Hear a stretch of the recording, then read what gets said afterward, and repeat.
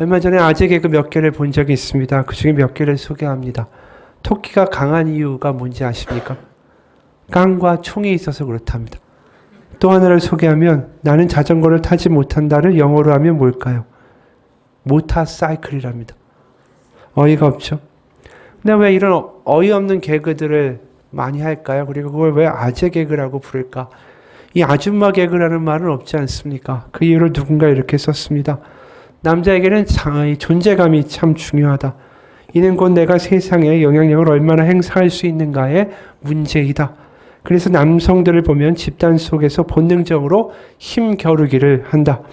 단순히 근력이 있고 없고의 문제가 아니라 내가 이 집단에서 존재감이 있는가, 그것을 놓고 겨루는 것이다. 자기 밑에 사람을 거느리고자 하는 것도 같은 맥락이다. 요즘 아재 개그라는 말을 많이 한다. 특히 중년 남성들은 재미있는 이야기를 들으면 잘 기억해놨다가 오늘 모임 가서 이야기해야지 한다. 왜 그럴까?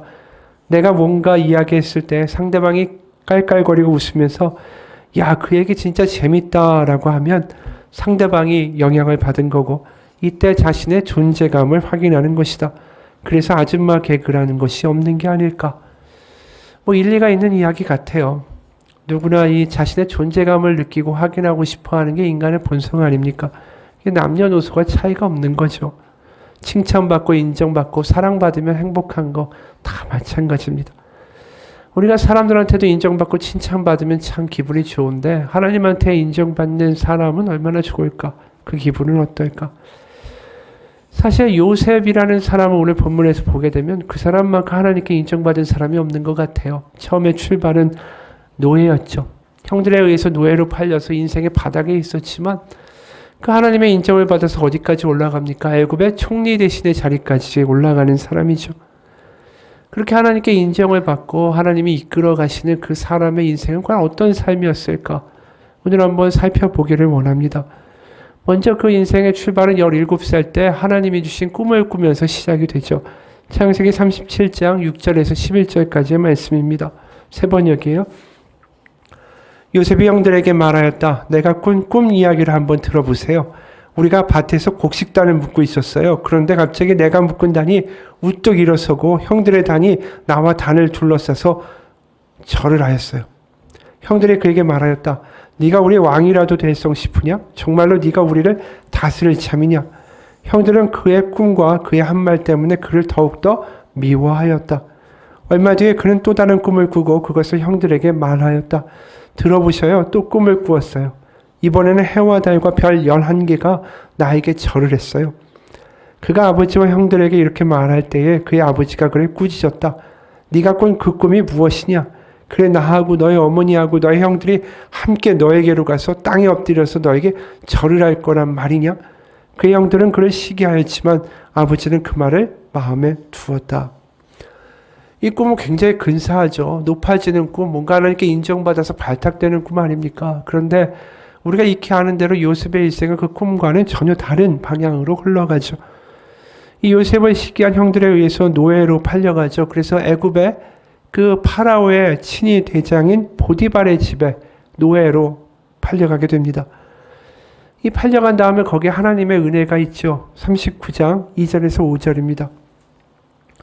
여호와께서 요셉과 함께 하심으로 그가 형통한 자가 되어 그의 주인 애굽 사람의 집에 있으니 그의 주인이 여호와께서 그와 함께 하심을 보며 또 여호와께서 그의 범사에 형통하게 하심을 보았더라. 요셉이 그의 주인에게 은혜를 입어 섬김에 그가 요셉을 가정 총무로 삼고 자기의 소유를 다 그의 손에 위탁하니 그가 요셉에게 자기의 집과 그의 모든 소유물을 주관하게 한 때부터 여호와께서 요셉을 위하여 그 애굽 사람의 집에 복을 내리심으로 여호와의 복이 그의 집과 밭에 있는 모든 소유에 미친지라. 대단한 거 아닙니까? 그가 가는 곳마다 행하는 곳마다 하나님의 복과 하나님의 은혜가 임했다라고 말하죠. 근데 이게 잘 흘러가다가 또 한 번의 또 반전이 등장합니다. 그건 뭐냐면 보디발의 아내, 여주인이죠. 그 여주인이 요셉을 성적으로 유혹을 합니다. 그것도 한두 차례가 아니라 계속 유혹을 해요. 요셉은 계속 거부합니다. 그러자 이 여주인이 도리어 요셉이 나를 범하려고 했다라는 누명을 씌웁니다. 그 결과가 창세기 39장 20절에서 23절이죠. 이에 요셉의 주인이 그를 잡아 옥에 가두니 그 옥은 왕의 죄수를 가두는 곳이었더라. 요셉이 옥에 갇혔으나 여호와께서 요셉과 함께 하시고 그에게 인자를 더하사 간수장에게 은혜를 받게 하시매 간수장이 옥중 죄수를 다 요셉의 손에 맡김으로 그 재반 사물을 요셉이 처리하고 간수장은 그의 손에 맡긴 것을 무엇이든지 살펴보지 아니하였으니 이는 여호와께서 요셉과 함께 하심이라 여호와께서 그를 범사에 형통하게 하셨더라. 여러분, 여기서 마지막 대목이 참 인상이 깊죠. 요셉이 누명을 쓰고 지금 억울하게 투옥됐는데 여호와께서 요셉과 함께 하심이라 여호와께서 그를 범사에 형통하게 하셨더라. 이 표현이 좀 맞는다라고 생각이 드십니까? 앞서 형들한테 노예로 팔려서 애굽에 갔을 때도 범사에 그를 형통하게 하셨더라 이렇게 말씀하시더니 이번에 누명을 쓰고 감옥까지 갔는데 또 범사에 형통하게 하셨다 이렇게 말을 해요. 사실 우리가 상식적으로 생각하면 형통한 삶이라고 하면 시당초 이런 불행이 없도록 하나님 막아주셔야 되는 거 아닌가라는 생각이 들어요. 우리 기준에서 보면 이건 절대로 형통한 게 아니죠. 노예로 팔려가는 게 무슨 형통한 일이고 누명을 쓰고 감옥에 갇히는 게 무슨 형통한 일입니까? 우리가 입장을 바꿔 생각해봐도 그렇지 않습니까? 우리가 하나님의 은혜를 받고 내가 하나님의 자녀다라는 게 막 믿어지고 기뻐요. 그래서 하나님이 내 어려운 환경과 이 사업의 위기와 위태로운 건강 가운데 건져주실 거다라고 믿으면서 기대하면서 막 기도를 열심히 합니다. 근데 기대하고 달리 황당한 일들만 계속 생겨요. 그런데 그런 우리를 보고 너 형통하다라고 이야기하면 그게 믿어지겠습니까? 요셉이 딱 그 짝이죠. 우리 기준에서 보면 요셉의 삶은 형통이 아니라 지금 망하고 있는 거예요. 한번 바닥으로 내리쳐졌는데 거기서 또 바닥으로 내리쳐지는 거 아닙니까? 노예에서 감옥까지. 그런데 이러한 상황이 다 형통하다. 하나님이 함께 하신다. 이게 도대체 뭐가 형통하다라는 말입니까?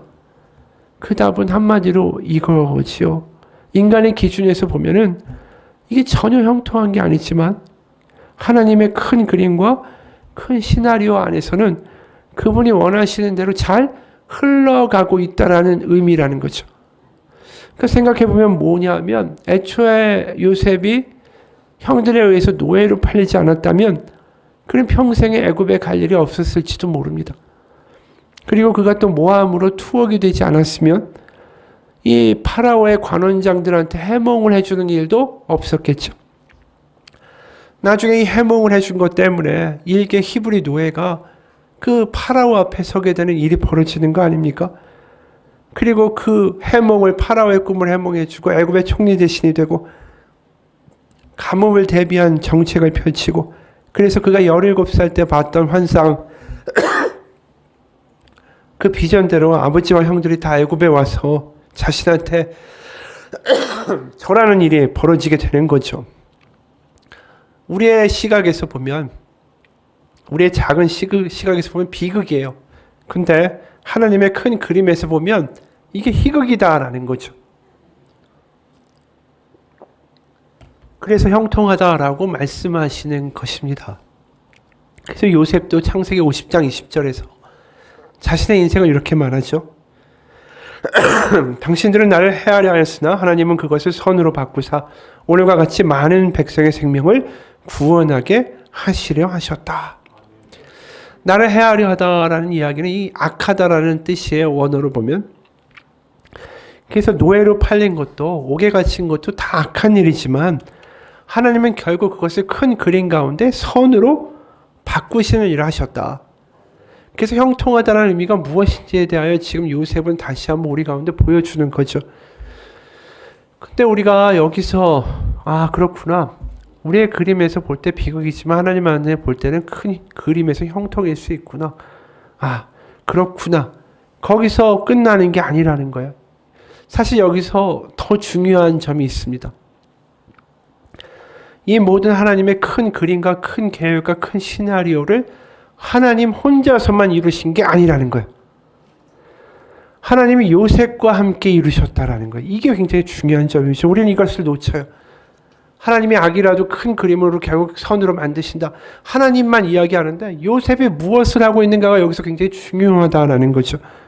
아까 말한 대로 요셉은 여주인의 성적인 유혹을 받습니다. 그럴 때 그가 믿음으로 행동하고 반응하지 않고 그저 좋은 게 좋은 거지 이러면서 그냥 여주인에게 넘어갔다면 그가 모함을 받고 옥에 갇힌 일이 있었을까요? 없었겠죠. 요셉이 그 여주인이 유혹을 할 때 이런 말 합니다. 내가 어찌 이런 나쁜 일을 저질러서 하나님을 거역하는 죄를 지을 수 있겠습니까? 그 유혹에 대해서 굉장히 단호하게 거절을 하는 행동을 하죠. 그의 믿음의 행동이 그를 감옥으로 가게 한 거예요. 믿음으로 살았더니 더 어려워지게 된 거죠. 그리고 관원장들을 감옥에서 만나게 됩니다. 요셉의 인생의 모든 반전에는 어떻게 보면 바닥으로 떨어지는 데는 요셉의 행동이 존재해요. 믿음의 행동이. 그저 하나님이 다 하셨다가 아니라 그가 믿음으로 행동했더니 바닥으로 떨어졌는데 그걸 통해서 하나님이 일을 하시더라는 거죠. 오늘 본문도 마찬가지예요. 세번역 6절에서 8절입니다. 다음날 아침에 요셉이 그들에게 갔는데 요셉은 그들에게 근심스러운 빛이 있음을 보았다. 그래서 요셉은 자기 주인의 집에 자기와 함께 갇혀있는 바로의 두 시종장에게 물었다. 오늘은 안색이 좋아 보이지 않습니다. 왜 그러십니까? 그들이 그에게 대답하였다. 우리가 꿈을 꾸었는데 해몽할 사람이 없어서 그러네. 요셉이 그들에게 말하였다.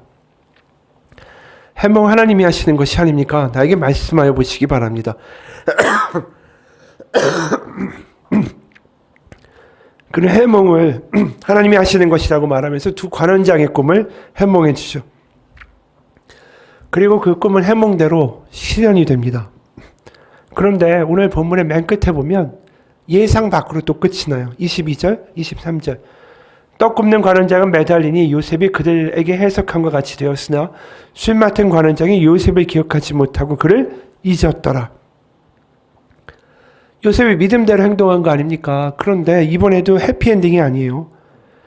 꿈 해몽하면서 얼마나 요셉은 나름대로 기대가 있었을까요?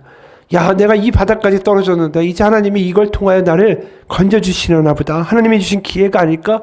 이러면서 해몽해 준 거 아닐까 하는 생각이 들어요. 세번역 12, 15절입니다. 요셉이 그에게 말하였다. 해몽은 이러합니다. 가지셋은 사흘을 말합니다.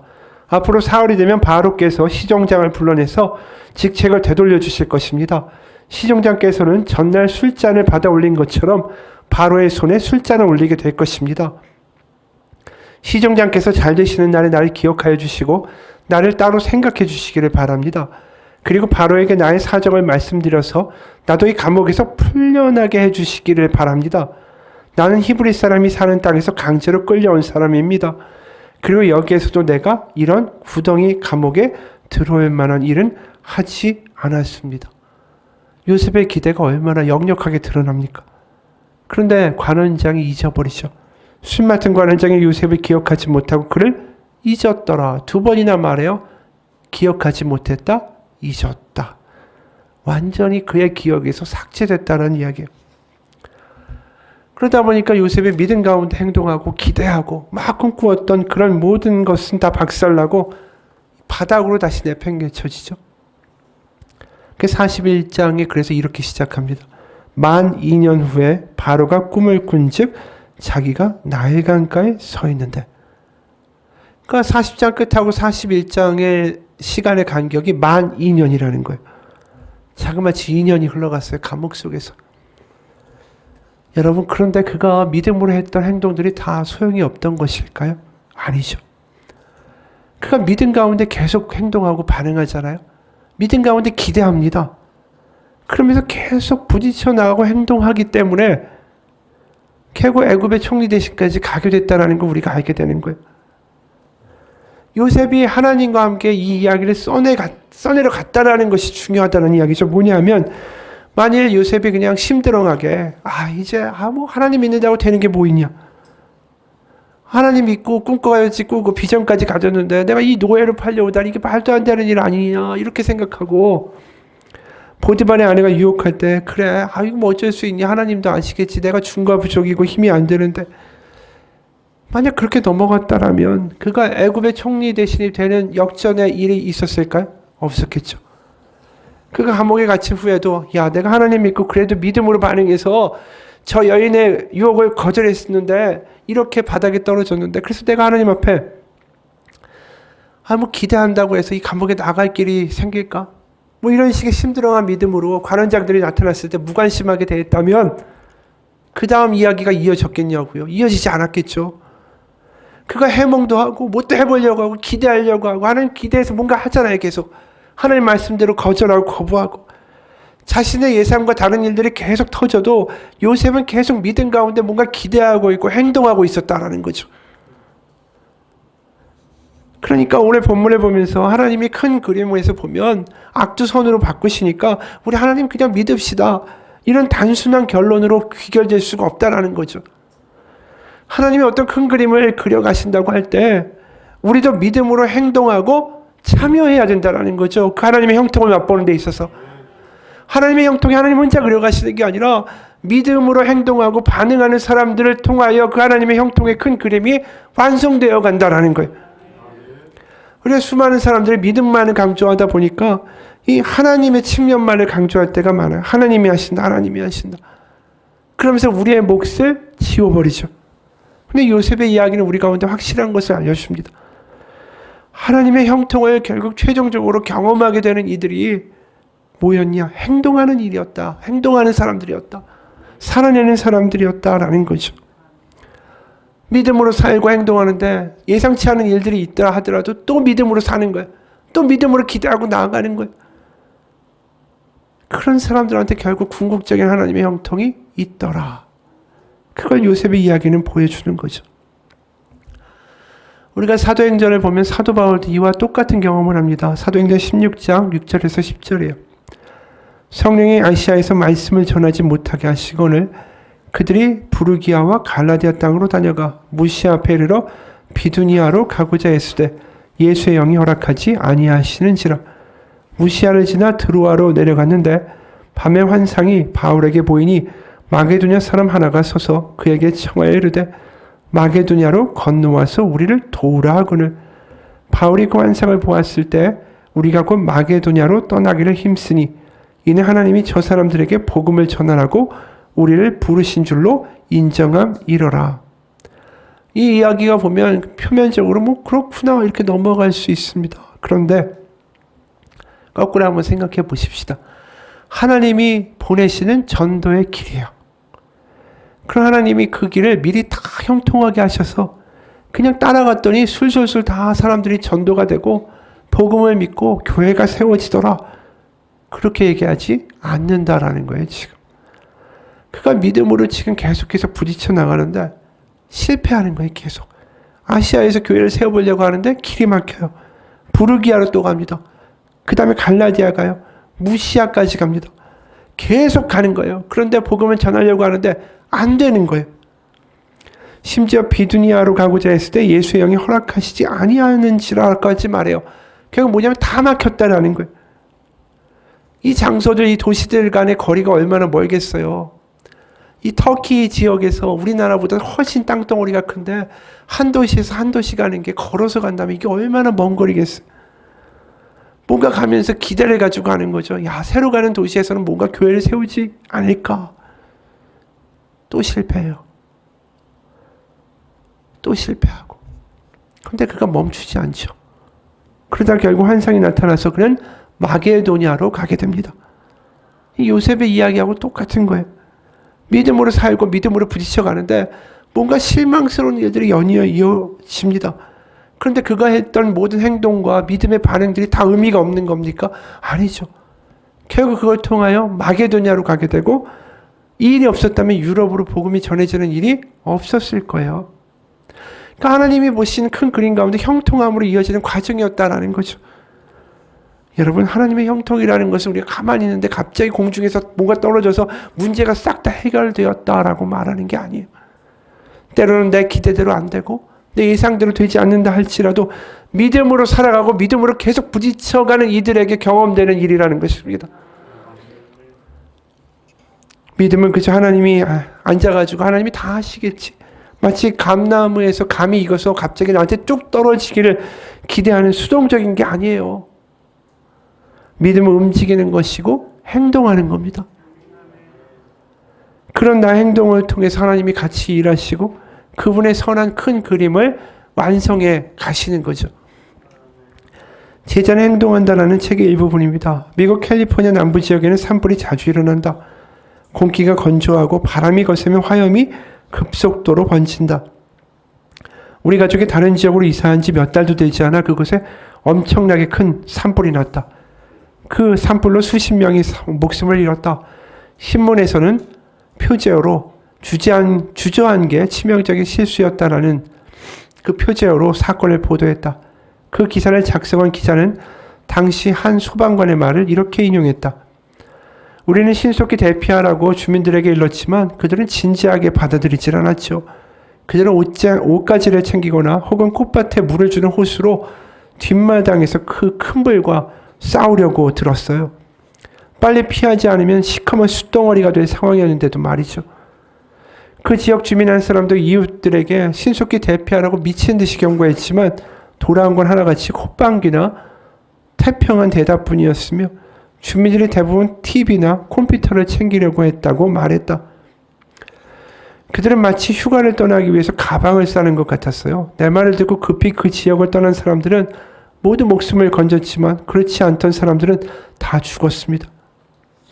대체 무엇이 우리가 촉박한 위기감을 가지지 못하고 행동하게 못하게 막는 것일까?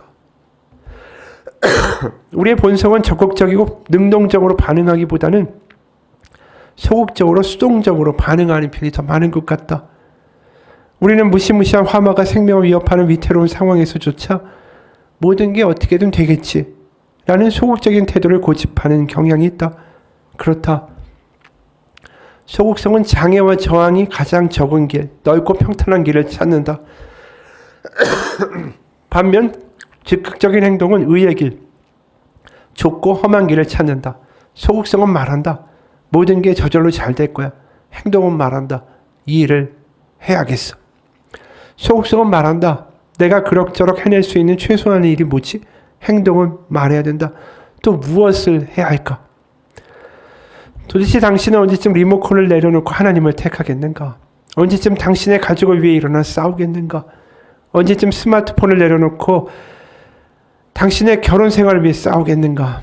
언제쯤 게임기를 내려놓고 컴퓨터 키보드에서 손을 떼고 페이스북에서 로그아웃하고 하나님께서 원하시는 무언가를 위해 싸우겠는가? 당신은 이미 많이 들었고 많이 읽었고 그러니 이제 그만 읽고 그만 듣고 그만 구경하고 그만 말하고 이제는 행동할 때가 되었다. 여러분, 이 말이 우리 가운데 주는 메시지가 있습니다. 우리도 행동할 때가 됐다는 거죠. 소극적인 믿음으로 좀 기대해봤다가 안 되네. 그러면서 또 포기하고 좌절하는, 그러면서 그냥 주일날 와서 위로만 받고자 하는 그러한 믿음의 행동으로는 우리가 이 하나님의 형통이라는 큰 그림을 만들어갈 수가 없습니다. 그냥 하나님이 하시겠지로 끝나는 게 아니에요. 실상 내가 믿음 가운데 행동했는데 내 기대와 내 뜻대로 되지 않아도 그래도 믿기로 행동하고 결단하고 살아가는 것, 그게 우리 가운데 중요하다는 거예요. 여러분, 등산을 하다가 갑자기 안개를 만나면 많은 사람들이 당황을 하죠. 눈앞에 보이는 게 없으니까 당장에 어떻게 합니까? 내려가야 되겠다고 내려가는 하산의 길을 찾습니다. 그러다가 큰 사고가 나는 경우가 너무 많죠. 안개를 만나면 그 답은 오히려 위로 올라가는 것뿐입니다. 더 올라가면 해가 보이죠. 그러면서 해 때문에 안개는 거치는 일이 벌어집니다. 여러분, 하나님의 형통을 경험하는 길은 믿음으로 포기하는 게 아니라 하나님이 하시겠지라는 막연한 믿음으로 빠져들어가는 게 아니라 더 믿음으로 살고 더 믿음으로 행동하는 것뿐입니다. 믿음 안에서 더 계획하고 하나님 더 믿으려고 부딪혀보고 시도해 가는 게 뚫고 나가는 길이에요. 그냥 하나님 살아계셔. 근데 나한테는 별 응답이 없어. 언젠가 하나님이 아시겠지. 이런 소극적이고 수동적인 믿음, 여기서 벗어나야 됩니다. 여러분, 우리가 살아가는 경제적인 환경이 더 어려워지고 있어요. 여러 가지 일들이 더 불투명해지고 있습니다. 안개처럼 우리를 짓누릅니다. 이럴 때 뒤로 물러서는 게 아니라 우리가 해야 될 게 뭡니까? 믿음으로 더 행동하고 믿음으로 더 살아가는 것뿐이에요. 그게 요셉이 우리 가운데 보여주는 거죠. 결국 그럴 때 하나님이 하실 거예요. 잠언에도 이런 말씀이 나옵니다. 잠언 16장 9절. 사람이 마음으로 자기의 길을 계획할지라도 그의 걸음을 인도하시는 이는 여호와이시니라. 이거 우리가 다 아는 구절이죠. 그런데 우리가 다 뒷부분에만 강세를 둡니다. 야, 하나님이 결국 우리의 길을 인도하시는구나. 우리의 길을 인도하시는 것은 하나님뿐이구나. 이 말씀이 틀렸다라고 이야기하는 것은 결코 아닙니다. 하지만 그 앞에 말도 중요하다라는 거죠.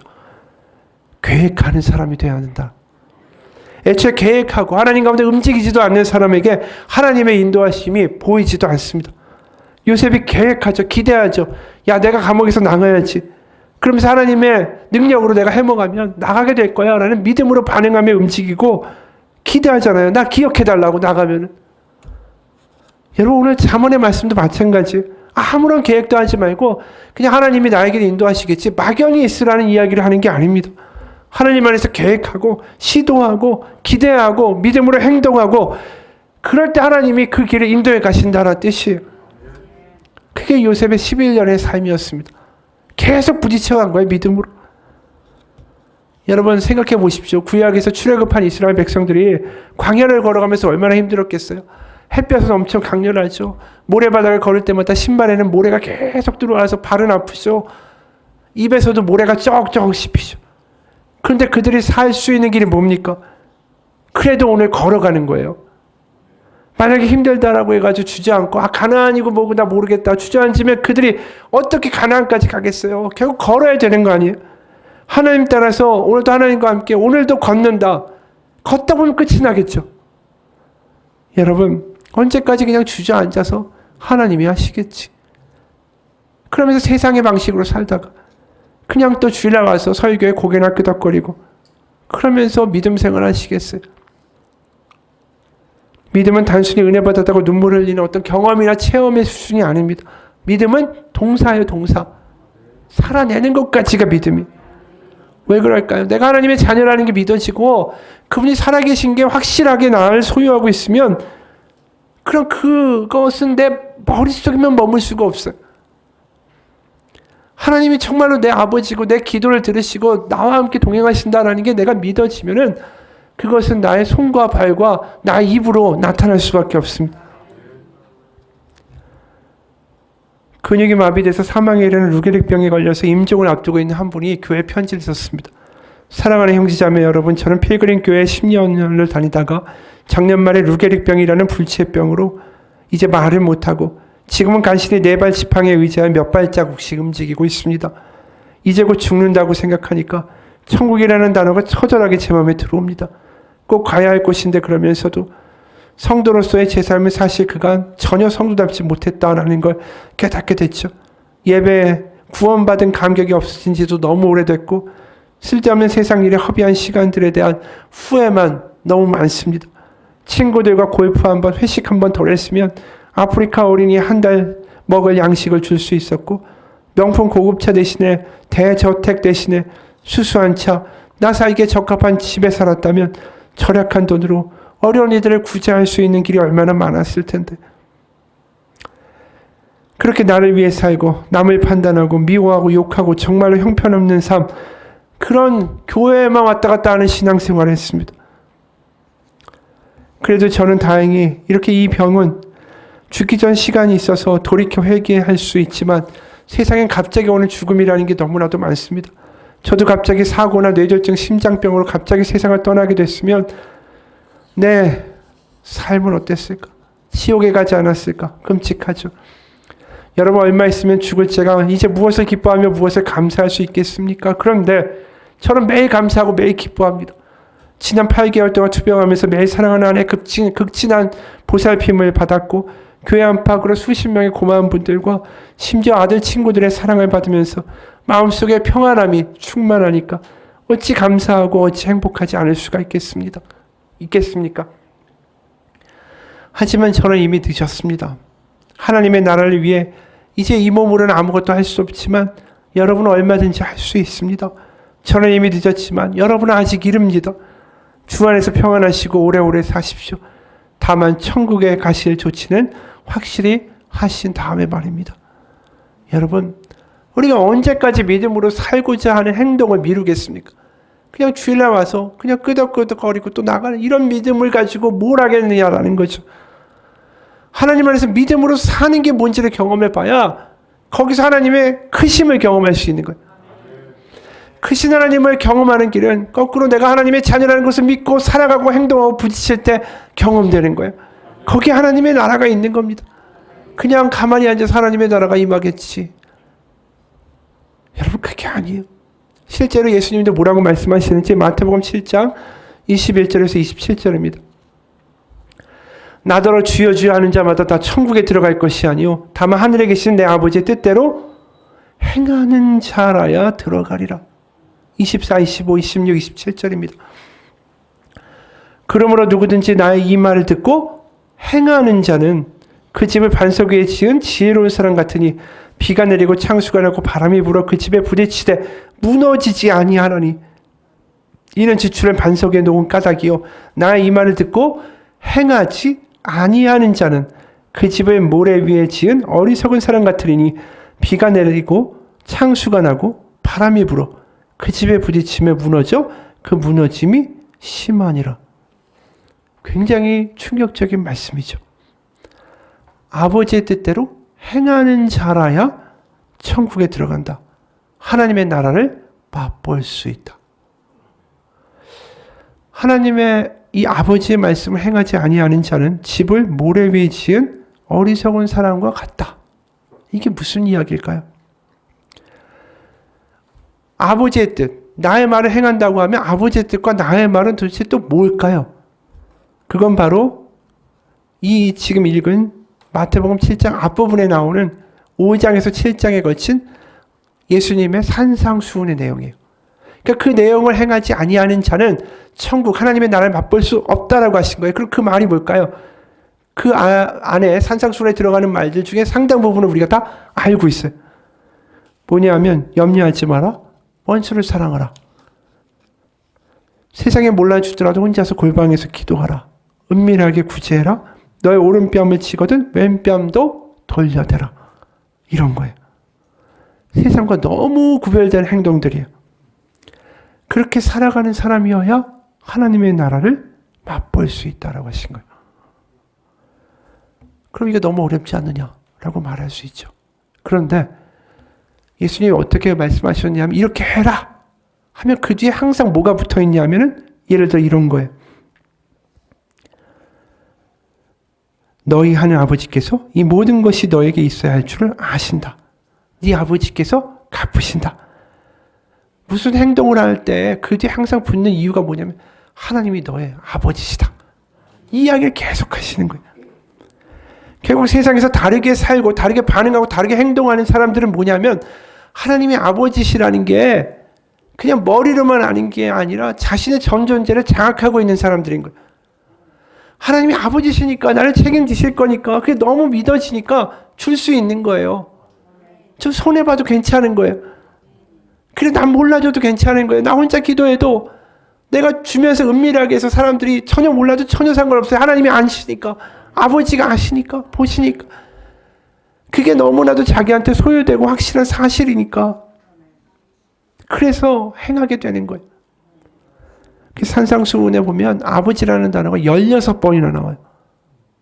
그러니까 우리가 행동, 이렇게 어떻게 행동하지? 그게 아니고 거기보다 더 많은 이야기는 16번이나 아버지라는 이야기를 하고 계신 거예요. 여러분 그렇기 때문에 아버지가 하나님이 나의 아버지라는 것이 내 행동으로 이어지기까지 정도의 그 아버지라는 게 믿어지는 사람들이 하나님의 나라를 맛본다라는 거예요.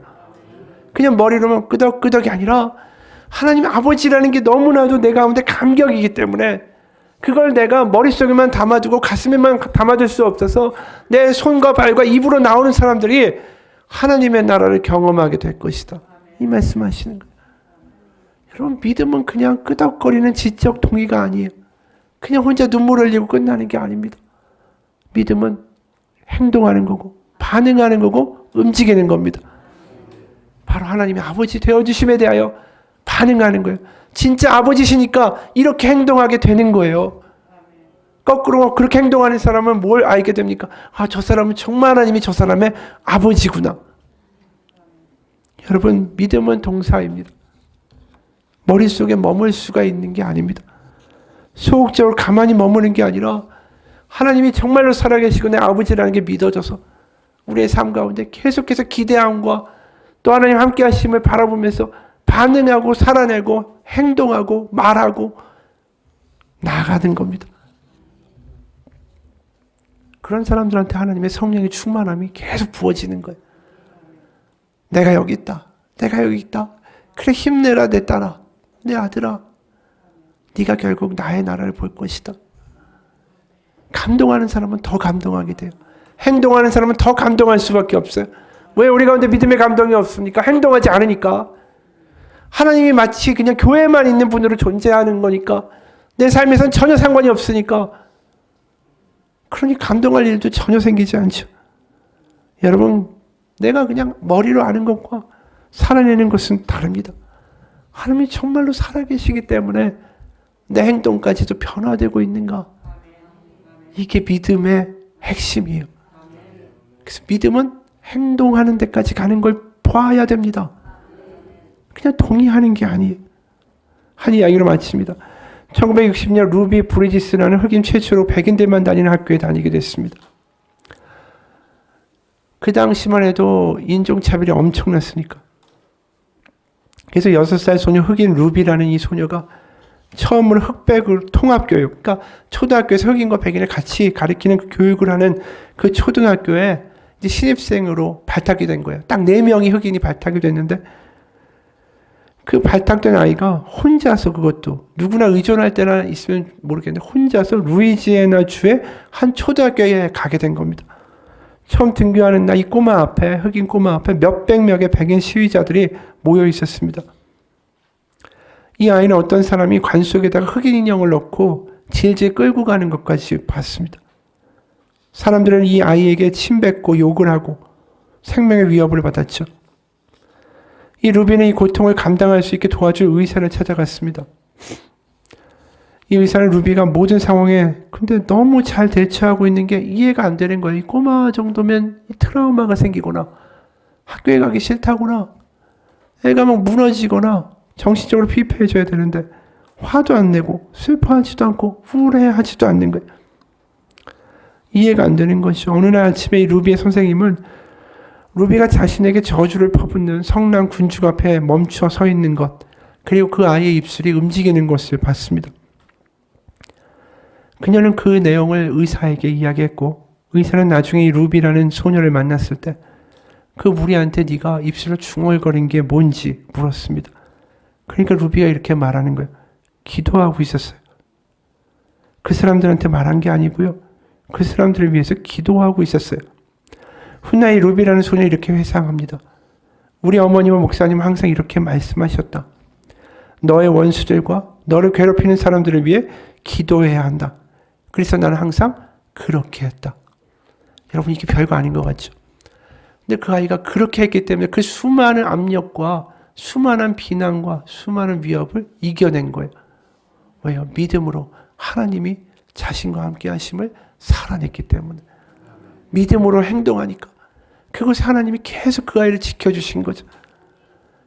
그래서 뭐라고 합니까? 우울해하지도 않고 슬퍼하지도 않고 화를 내지도 않더라. 이게 얼마나 어려운 일이에요. 기적 같은 일 아닙니까? 여러분, 믿음으로 살아내는 사람들한테 하나님의 나라가 열리고 하나님의 은혜가 임하고 하나님의 성령의 충만함이 임하는 겁니다. 누군가 얘기해요. 무엇을 알아야 우리가 강한 믿음을 가질 수 있을까? 그럴 때 어떤 분이 이렇게 대답해요. 뭔가 더 알 필요 없습니다. 이미 아는 대로 살면 됩니다. 여러분, 올 한 해 우리 공동체가 그런 공동체가 되기를 원합니다.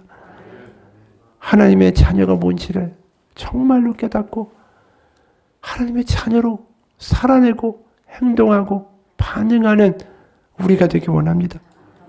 때로 힘들고 내가 하나님의 자녀로 살아가는데 내 예상과 기대대로 안 되고 낙담할 일이 있다 할지라도 그게 끝이 아닙니다. 다시 하나님 믿고 또 나아가 보십시오. 그럼 하나님의 형통이 결국 그에게 임할 것입니다. 우리에게 소망이 있어요. 왜요? 하나님이 끝까지 우리의 아버지가 되어주십니다. 좀 안 되더라도 다시 털고 다시 일어날 용기가 있는 것은 하나님이 내 아버지시기 때문입니다. 그 믿음을 가지고 끝까지 나아가고 살아가는 자들에게 하나님의 형통과 하나님의 나라가 임하게 될 것입니다. 같이 기도하겠습니다. 하나님, 우리가 믿음이 무엇인지 다시 한번 생각합니다. 하나님이 예수님을 통하여 우리를 자녀 삼으시고 내가 살아계신 하나님의 아들과 딸이 되었다는 사실이 머리가 아니라 우리의 가슴으로 우리의 영혼을 장악하는 하나님의 은혜가 있게 하여 주옵소서.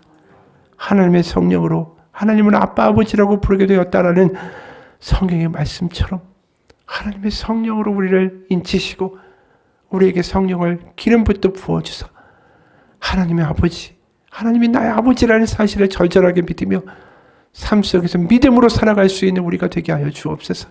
믿음으로 살아가기를 멈추지 아니할 때에 그곳에 세상을 이기는 놀라운 역사들이 일어나게 하시고 우리의 가정과 우리 일터 하나님의 나라가 드러나는 것을 보게 하여 주옵소서. 매일 아침마다 기도하고 하나님을 아버지라고 고백하며 나아가며 믿음으로 살아낼 것을 다짐하는 모든 이들 가운데 역사하시고 반응하시고 하나님의 나라를 열어주신 하나님을 간증하는 일들이 우리 공동체 가운데 날로 더하게 하여 주옵소서. 살아계신 우리 주 예수 그리스도의 이름 받들어 기도합니다. 아멘.